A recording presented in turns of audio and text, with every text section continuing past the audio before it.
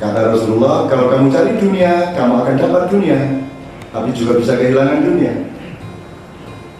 Tapi kalau kamu cari Allah dan aku, maka engkau mendapatkan cinta Allah dan mendapatkan cintaku. Dan soal dunia soal gampang bagi Allah untuk memberikan anugerah itu kepada kamu, kan gitu. Mudah-mudahan semua Alizar ini, masyarakat Alizar ini adalah orang-orang yang memang mencari Allah dan Rasulullah, maka mendapatkan kesejahteraan hidup, bukan karena mereka nafsu kepada kesejahteraan materi itu, tapi karena Allah memang menganugerahkannya kepada Anda semua. Jadi pilihan masuk surga dan tidak dalam hubungan dengan intelektualitas itu cuma dua. Anda harus pintar benar dalam arti segala ilmu, atau Anda bodoh sekalian. Itu malah selamat. Malah selamat. Gak ada argumentasi, malaikat juga gini-gini terus. Nggak ngerti bener nih Anda. Ya ini serius, tapi juga serius. Oke.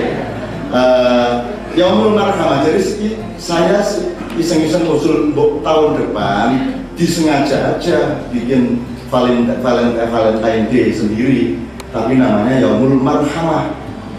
Dan ini ada sejarahnya, filsafatnya, landasannya, ideologinya, moralnya jelas. Kalau Valentine Day peristiwa apa sih itu dibanding dengan Yaumul Marhamah? Kalau Yaumul Marhamah saya ambil aja misalnya ya.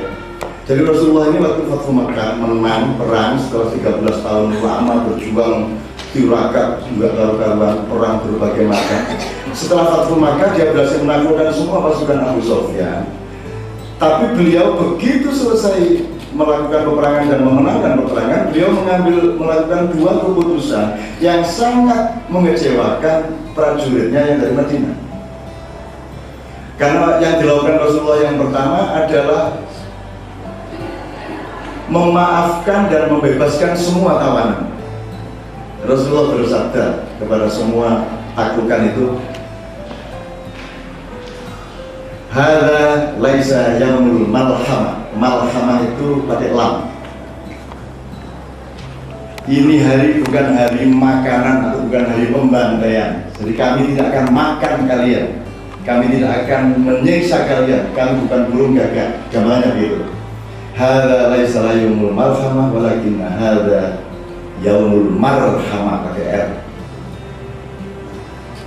Yang terjadi di Indonesia banyak kan malhamah.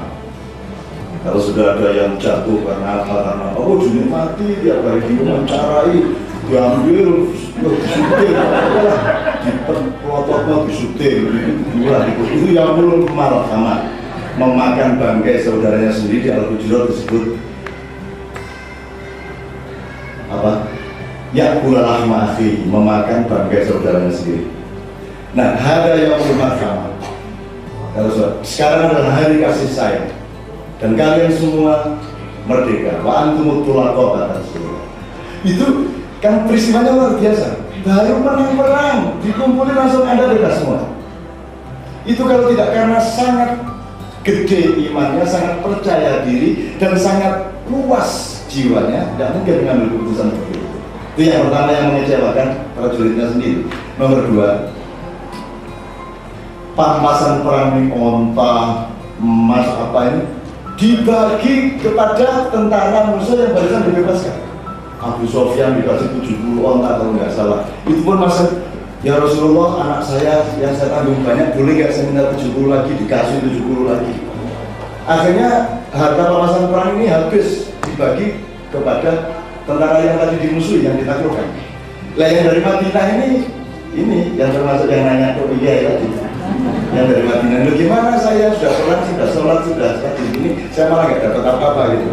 Akhirnya mereka dikumpulin Rasulullah. Sekarang kalian kemukakan kekecewaan kalian apa? Terus diceritakan dulu tadi kenapa dibebaskan, kenapa harta benda ini dibagikan kepada musuh. Terus Rasulullah singkat kata, Rasulullah bertanya, saudara-saudaraku, kalian berapa lama bersilaturahmi, bergaul, hidup bersama? Ya sekitar 13 tahun ya Rasulullah.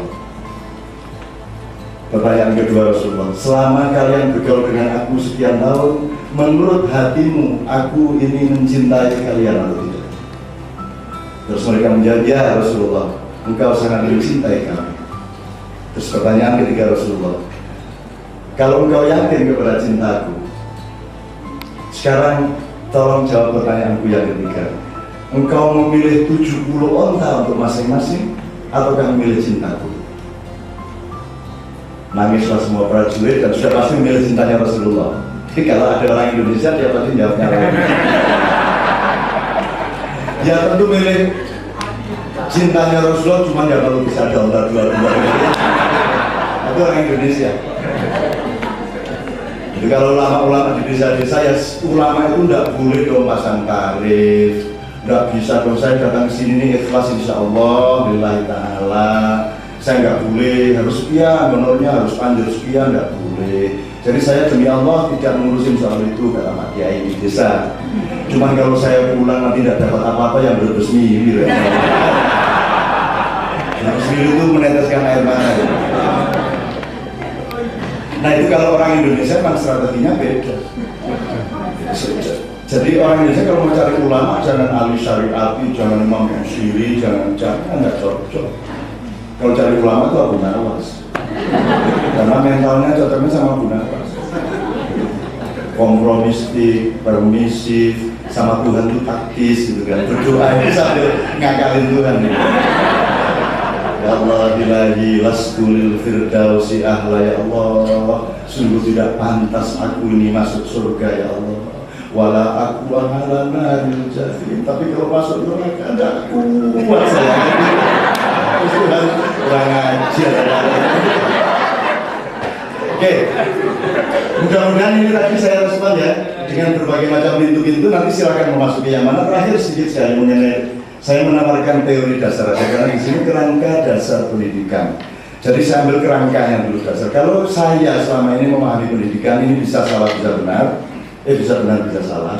Kalau saya memakai apa wacana dasar saya mengenai pendidikan, saya bilang seluruh hidup saya di dalam mengurusi apa saja, saya ambil wacananya kalau mampu dari Al-Quran, kalau tidak mampu cukup dari idiomatik Asmaul Husna. Karena di situ terkandung apa saja. Nah, untuk pendidikan saya ambil satu saja. Saya ambil Allah itu pasti maha pendidik.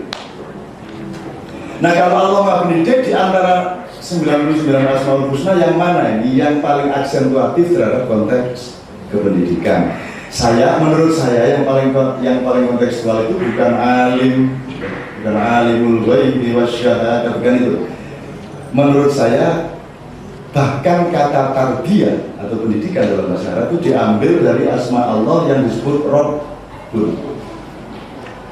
Misalnya kalau kita bilang ya ilahi itu beda dengan ya Rabbi.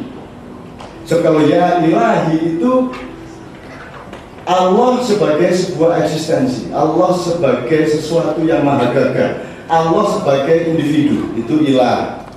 Ya. La ilaha. Ya. Di situ Allah sebagai pakai alif berdiri ya, tegak. Ini loh saya gagah perkasa. Qul huwallahu ahad, Allahus samad. Ya. Tapi kalau kita pas tobat nasuka, yaitu pertama yang harus kita ucapkan ya ilahi. So di situ kita sudah menghadap Allah yang gagah dan kita yang hancur. Makanya kita ngomongkan ya ilahi karena di situ Allah sebagai eksistensi. Tapi kalau ya Rabbi atau Rabbun itu dari hurufnya sudah kelihatan. Tidak ada tegak-tegaknya di situ. Jadi kalau alif itu tegak, lamnya itu juga kakinya atas tegak. Ya. Terus hak itu juga begini, tetap ada tinggi-tingginya. Ini psikologi huruf aja. Ya. Kalau Rabbi itu semua begini. Gitu. Roh itu alif yang ditekuk ini. Nah, roh. Jadi ini Rabbun itu kalau dalam terjemahan saya itu Allah yang maha pengasuh. Allah yang mengasuh. Ibu yang mengasuh itu adalah ibu yang sangat membungkukkan badan kepada anaknya. Di situ ada roh, ada bak pula yang kayak perahu. Dan ibu-ibu itu kalau mengasuh anaknya, ngudang bayinya itu kan mesti pakai ciluk, kan gitu. Selalu huruf bak yang dia suruh. Kau mau alwi, ciluk, dal. Gitu ya.